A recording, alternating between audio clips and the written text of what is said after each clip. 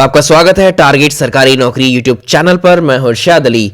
Super TET 2021 की परीक्षा में 120 प्लस स्कोर करने के लिए करंट अफेयर्स एंड जीके का 30 नंबर का ये सेक्शन बेहद इंपॉर्टेंट रोल प्ले करता है।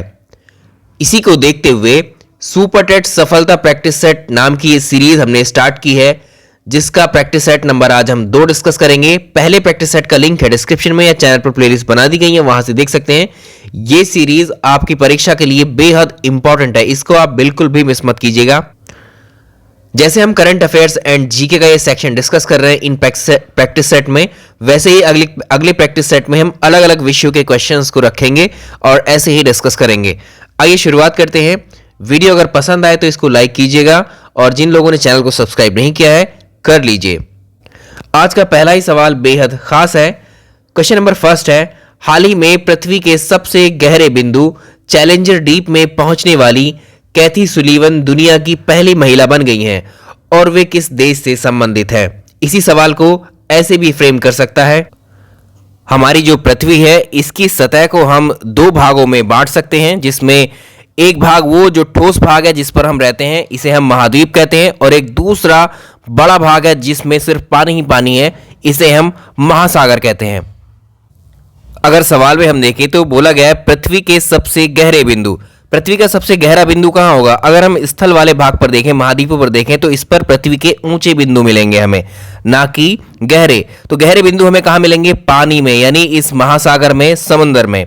तो इस महासागर में, अभी सवाल को ऐसे भी पूछ सकता है, ये घटना 2020 की है, तो जून 2020 में कौन महासागर के सबसे गहरे बिंदु मैरियाना ट्रेंच तक पहुंचने वाली पहली महिला बनी है?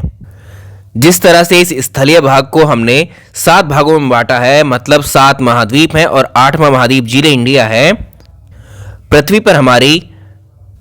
उसी तरह से अगर हम देखें तो महासागरों की संख्या कितनी है पृथ्वी पर? 5 महासागर हैं। तो सवाल पूछा जाए आपसे पृथ्वी पर महासागरों की कुल संख्या कितनी है, तो 5 महासागर हैं। प्रशांत महासागर, अटलांटिक महासागर, हिंद महासागर, दक्षिणी महासागर, आर्कटिक महासागर। इनमें से भी अगर पूछ ले 5 महासागरों में से पृथ्वी पर सबसे बड़ा महासागर कौन सा है, तो आंसर होगा प्रशांत महासागर, यानी पैसिफिक ओशन।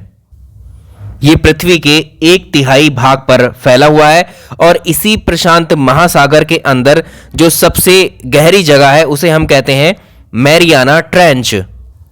तो हम बात कर रहे थे कि जो प्रशांत महासागर है उसी का सबसे गहरी जगह, जो उसकी सबसे गहरी जगह है वो है मैरियाना ट्रेंच या मैरियाना गर्त, और उसी में एक पॉइंट है, इसी मैरियाना ट्रेंच में एक पॉइंट है चैलेंजर डीप। इसी बिंदु पर पहुंचने वाली जो सबसे पहली महिला बन गई दुनिया की वो है कैथी सुलीवन। तो सवाल पूछा गया है आपसे कि ये किस देश से संबंधित है, तो ये अमेरिका से संबंधित है। ऑप्शन इसका बी सही रहेगा। ये नासा की एक पूर्व अंतरिक्ष यात्री हैं डॉक्टर कैथी सुलीवन, जो कि समंदर में या महासागर में या फिर पृथ्वी के सबसे गहरे बिंदु तक पहुंचने वाली विश्व की पहली महिला बन गई है। इसलिए क्वेश्चन इंपॉर्टेंट हो जाता है ये। चलिए अगला इंपॉर्टेंट क्वेश्चन देखेंगे। इसरो द्वारा तीसरा रॉकेट लॉन्च पैड है ये कुलशेखरपट्टिनम किस राज्य में स्थापित किया जा रहा है? आइए पहले हम इसरो के बारे में जान लेते हैं कुछ तथ्य जो कि एग्जाम्स में पूछे जाते हैं आपके। तो इसरो का फुल फॉर्म आप जानते हैं, इंडियन स्पेस रिसर्च ऑर्गेनाइजेशन, भारतीय अंतरिक्ष अनुसंधान संगठन। और ये इसरो जो है भारत के जितने भी अंतरिक्ष कार्यक्रम होते हैं, जितने भी स्पेस प्रोग्राम होते हैं, उनके लिए रिस्पॉन्सिबल है। जितने भी सैटेलाइट्स लॉन्च होंगे, जितने भी रॉकेट्स लॉन्च होंगे, उन सब की जिम्मेदारी इसरो की ही होती है। और इसकी स्थापना 15 अगस्त 1969 को हुई थी। इसका हेडक्वार्टर बेंगलोर है, मतलब कर्नाटक में है, और इसके अध्यक्ष जो है वो के सिवान है।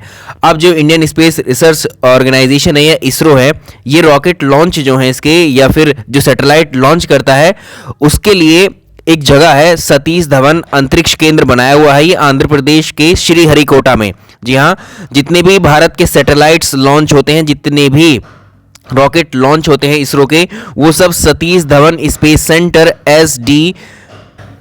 SDSC से लॉन्च होते हैं। और यहीं पर इसी सतीश धवन स्पेस सेंटर में 2 लॉन्च पैड बनाए हुए जहां से रॉकेट वगैरह लॉन्च किए जाते हैं। पहला लॉन्च पैड जिसको कहते हैं फर्स्ट लॉन्च पैड या FLP, दूसरा लॉन्च पैड या इसको बोलते हैं हम सेकेंड लॉन्च पैड SLP।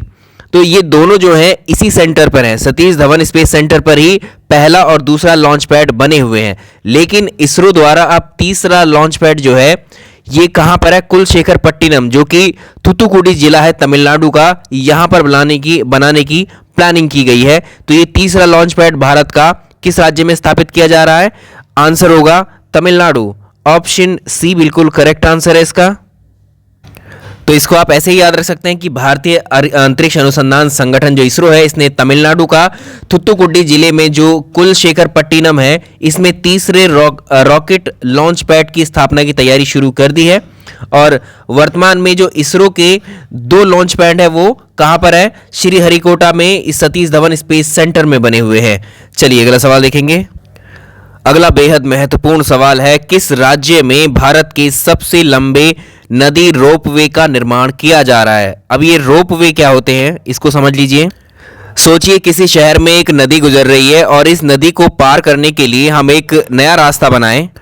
तो इस नदी को हमें पार करना है। ये टावर है, यहाँ पर इस टावर के थ्रू हमने इस टावर को एक तार के थ्रू कनेक्ट कर दिया और इस पर हमने एक ऐसा ही अरेंजमेंट कर दिया जिसमें क्या हम व्यक्ति को बैठा करके ले जा सकते हैं।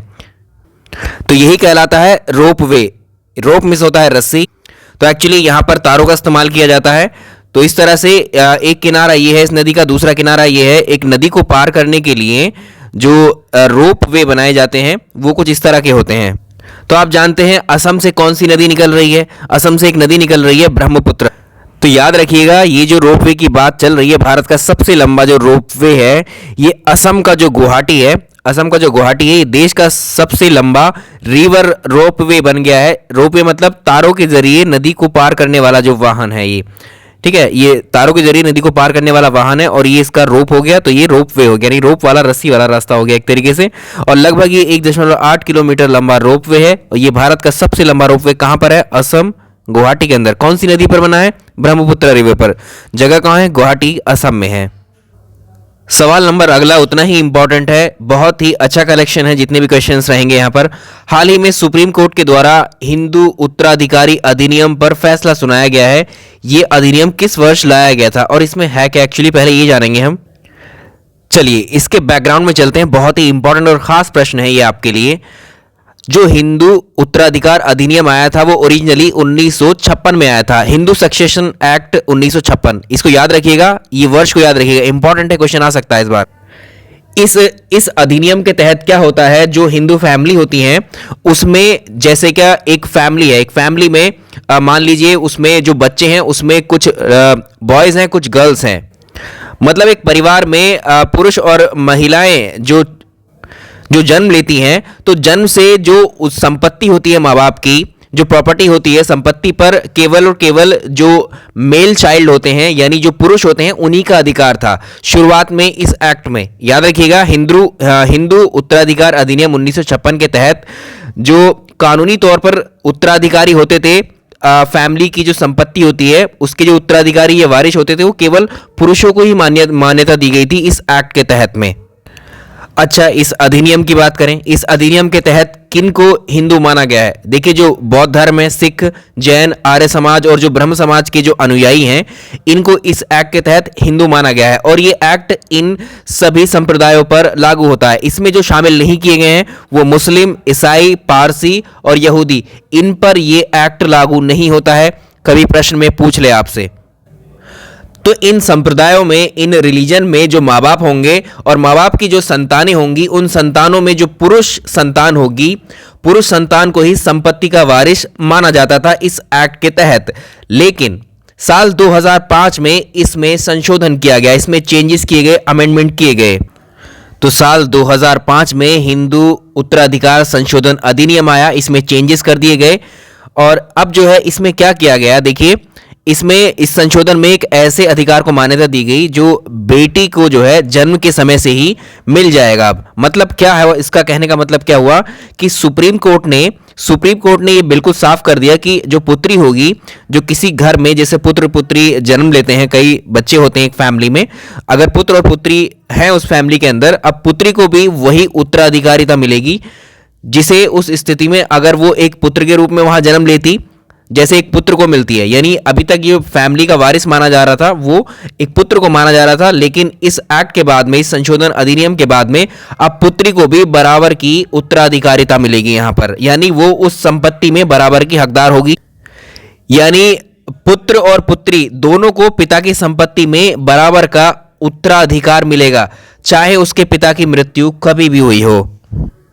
मतलब यहां तो केवल जो पहला जो उत्तराधिकार अधिनियम था उसमें केवल पुत्र ही वारिस था, पुत्री उत्तराधिकार था, इसमें पुत्रियों को शामिल नहीं किया गया था। लेकिन जब ये हिंदू उत्तराधिकार संशोधन अधिनियम आया, इसमें अमेंडमेंट किया गया, तो इसमें पुत्री को भी पुत्र के बराबर ही उत्तराधिकार बना दिया गया।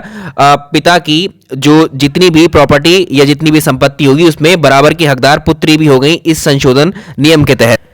तो अभी क्या हुआ, कुछ कुछ केसेस और आए थे, उसके बाद में फाइनली अब क्या किया था, सुप्रीम कोर्ट ने क्या किया, 11 अगस्त 2020 को हिंदू उत्तराधिकार संशोधन अधिनियम 2005 की जो है फिर से व्याख्या की और एक बार फिर से समझाया समाज को कि जो यहां पर जो पुरुष उत्तराधिकारी हैं, पुरुष उत्तराधिकारी के समान जो हिंदू महिलाएं जो होंगी उनको पैतृक संपत्ति में उत्तराधिकार और उत्तराधिकारी बनाया गया है।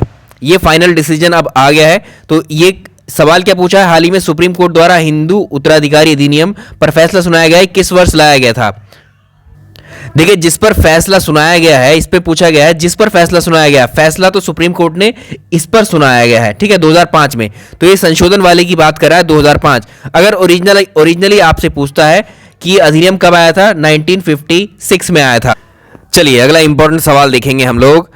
जनवरी 2020 में किस कंपनी ने साल 2030 तक कार्बन निगेटिव होने की घोषणा की है। इंपॉर्टेंट क्वेश्चन है ये। 2030 तक कौन सी ऐसी कंट्री है जो कार्बन निगेटिव होने की बात कर रही है, तो ये है माइक्रोसॉफ्ट। माइक्रोसॉफ्ट ने घोषणा की है कि साल 2020 तक वो कार्बन नकारात्मक हो जाएगी ये कंपनी। चलिए माइक्रोसॉफ्ट के बारे में जान लेते हैं कुछ इंपॉर्टेंट फैक्ट, जो बेसिक फैक्ट है, इंपॉर्टेंट क्या ये पूछ भी सकता है कभी कभी, है ना।